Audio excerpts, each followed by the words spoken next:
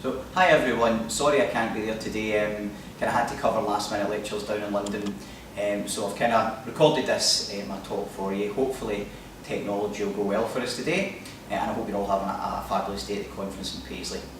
So my name is Dr. Alan Curley, and my background is kind of twofold. I cover addictions but also do a lot on health behaviour changes, how to motivate people, and that's what I'm going to talk today a little bit about. I'm going to particularly talk about what they call boomerang clients. This is a boomerang, and imagine most of you know what boomerang clients are. They're clients who will go through many cycles of trying to change before they'll be able to get a result or maintain a result.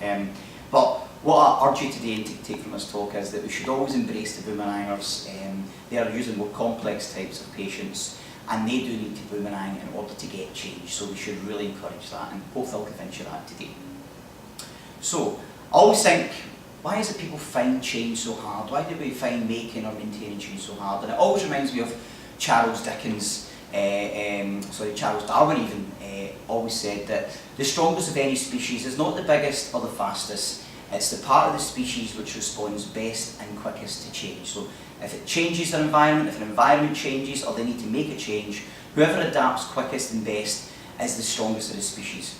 And I see that a lot in my work, where I work with very successful clients, and I work with clients who come from very inequalities type background, disadvantaged backgrounds. And when they go about making change, they often do it very differently. One really knows successfully how to make change, and the other one doesn't do it so well, and that's why they need longer and more attempts. And I'm always really interested, particularly I work with a lot of clients who have complex issues. How do we help more complex patients get motivated enough to make change? The problem with Darwin is if we don't worry, this is going to be our next stage of evolution, because the unhealthy are getting unhealthier, and we need to really do something about that. And obviously this conference today hopefully will be the start of many changes to come. Okay. What I want to say is people can change. This is me. This was me 1.5 years ago, and I decided that I would lose a bit of weight this year, and I think I've lost just under 3 stone. So we can change. This is me here with my younger sister. I've not quite changed the drinking of the wine yet, maybe that'll be my next behaviour change. But it can be done, and I think we need to start with that journey, that we need to have belief that everyone has the potential to change. We just need to find the right conditions, and they need to find the right conditions, the right support, the right medications and all that kind of stuff to get that change. Also, I wanted to mention about health inequalities, because we do know that in terms of obesity, it is still a problem amongst the inequalities. People who suffer and experience health and social inequalities are more likely to be overweight, have less physical activity, and eat more kind of food that we wouldn't call healthy food. And they often say in health inequalities, it's a bit like what they call trifle theory. If you really want to get to the bottom of health inequalities, if you really want to get to the people who we need to get to the most, it's quite simple. You need a bigger spoon. This means you need more time, you need more effort, you need more money, you need more training, you need more staff, and often you need to then have that kind of maximal skill set, because these clients are the hardest to get to.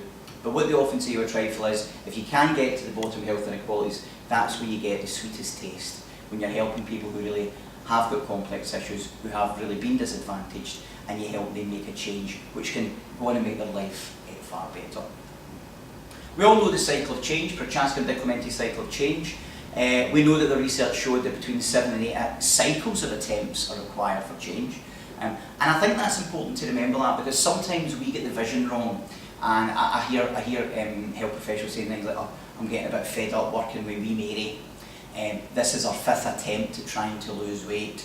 And I'm always thinking, I wonder why they're moaning it's our 5th attempt, because when I hear this is our 5th attempt, I'm thinking, brilliant, only another 5 to go. Because I think sometimes we forget that the natural way of change is numerous cycles of attempts required. And if you don't get the cycles of attempts, you don't get the change. And we do know that the biggest factor in whether people get a result or maintain a result is normally how many cycles of attempts, good attempts, where they made learning attempts, and how many of those did they make. And the more they make, the more likely they get the result, particularly if we're talking about more complex clients.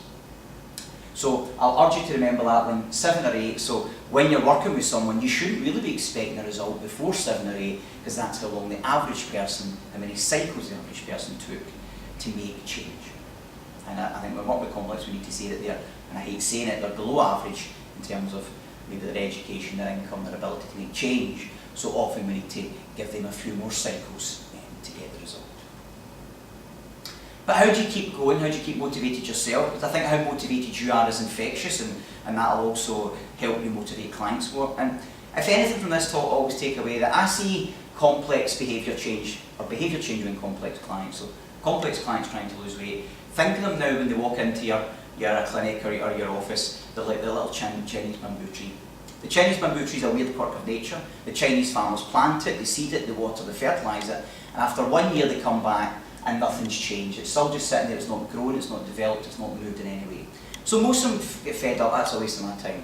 But some of them think, no, I've got a bit of faith, I've got a bit of belief that there's potential here for growth, so they water and fertilise it, and after 2 years they come back, nothing. So again, some get fed up, but some of them, the really committed ones, the ones that have got the belief that that there's something going to happen here, pour water and fertiliser on year number 3, and again they come back, nothing. 4 years water and fertiliser, nothing. But in year number 5, the ones that stayed committed had the belief, the faith, that knew there was potential here. When they pour water on it in year number 5, the Chinese bamboo tree grows 90 foot in 6 weeks. But then the question becomes, does the Chinese bamboo tree grow 90 foot in 6 weeks? Or did it actually grow 90 foot in 5 years and 6 weeks? And of course the answer is 5 years and 6 weeks. You can't get to that growth, and it is a real tree, and apparently this is its roots, and it has to grow its roots underground to a certain depth, and only when the roots have reached that depth, which takes 5 years of water and fertilising, does it then allow itself in the final 6 weeks to shoot up from the ground. But you can't just leap to that, you have to build the roots. The 5 years have to be invested in water and fertilising to get roots. And that really is the change in a complex patient. You can't jump to it. We give them all the information, we want them to learn at the pace we do, but actually you need to do the water and fertilise or you won't get that in year number 5. And that's why I say to people, always see people like the Chinese bamboo tree, and then you can enjoy the journey, you can enjoy the cycles of attempts, because you know that the more water and fertilising you're doing, the more roots, and eventually then you will see the growth and development, and usually quite a short period of time. So, how do we help people make change? Well, first of all, it's worth knowing, what do people want? What are they looking for when they're making a change? And there's 3 main things that everyone wants, and it's called the 3 E's of behaviour change. We want it to be easy, and that usually means the little amount of effort and time as possible. That's what we'd all love.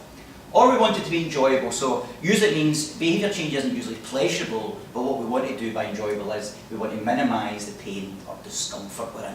So we don't want too much pain or discomfort, or we'll just revert back to old behaviours. Or we want it to be effective. We will pick things if we know they're quite tough and they're not easy, but we know they provide lots of good results. And ideally what you really want is a package that's got all of them. It takes a little amount of time and effort, so the evidence base shows this is the quickest way to get results.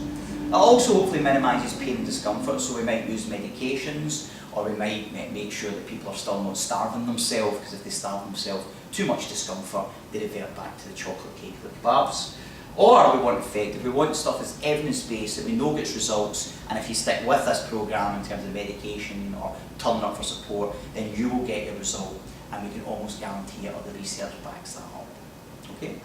Now, how do we help patients comply with turning up for support? Because it's always the big one in most health behaviour changes. Any addiction I work with, it's about how do we get them turning up for sessions, and how do we get them complying with the medication they've got that helps, physically or physiologically helps, or how do we get them complying with the homework or the stuff they have to do, like eating calorie controlled meals, going to exercise class, going to physio, whatever that would be. And they say that the best way to influence people is to use other people.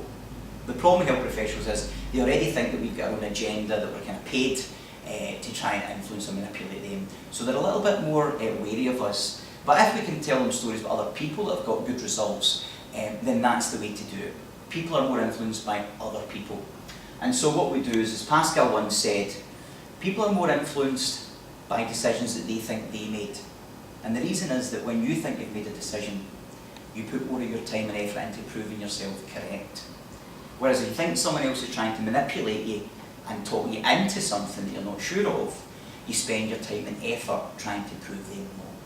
And you see that in organisations where if people make changes, departments make changes, people almost go out of their way, put a bit more time and effort into trying to prove that that was the wrong thing to do. So, when Pascal said that, if we can get our patients thinking that it's more their idea, that they've thought of the idea that they're going to turn up this time for every support session, they're going to stick to the calorie controlled diets, they're going to use any medication that they might have to take, they're going to try and turn up and do the exercise classes. If we can get them thinking that's what they want to do, they are more likely to do it because it's thought as their idea. So how do we do it? Well, this is quite simplistic, but what we do is we tell them stories about other people who we've worked with. We don't give out names for confidentiality. But it's not that you can't tell people, but other people who have done the correct things, the support, the medications, the calorie controlled diets, the exercise classes. And then link it to that those people that done that said that they found losing weight was easier, or that they found that it was less painful or uncomfortable because they were eating the right diets that we were providing. They were doing the things that hopefully weren't causing too much discomfort. Or that those were the patients that got the best results, that we know get the best results. And really then what you're doing is if you're telling stories about other people who've said it was easier or they were getting great results by turning up this time. So here's an example. You would say something like, Mary, you remind me of someone who I've been working with. This is the first time they've ever completed the programme, or they've stuck with the calorie controlled diets, or they went to the exercise classes, and they're saying that it's so much easier this time, and they're really getting great results. And it's almost like you say, I can leave that with you. And if you leave that with it, hopefully that patient leaves your room and thinks, that person said it was easier, they're getting better results, I might try it that way, I might try and do that this time. And I know it sounds quite simplistic, but it really is quite powerful if you learn how to do it very well. And great therapists I know just usually claim that they're narrative therapists. They exchange stories of other people either doing the correct things or exchanging stories about what not to do, and the people have done that and found that almost the opposite of these words, harder, less results, and ultimately more uncomfortable because they weren't getting results that they wanted. Okay. Another little thing is they often say that people have been overweight, maybe always been overweight in life, have to be able to see themselves, almost that visualization, see themselves as being able to get the change and to see what life would be like, how much better life would be like if they could get that change eventually. And again, that's when you can use narrative therapy, talk about other patients and how their lives have been changed. And it's that idea that in the back of your mind you need to see those pictures, those visuals of you in the future, almost your future self. And what they often say is when you're doing that, you can do that by asking what they call future predicting questions or curiosity questions. What would it be like? How good could it be? And you're trying to get them to mull over these types of questions so that they can maybe paint and create little visual images in their mind about how that would look like, how they would look, and hopefully begin to believe that that is a possibility, a future possibility.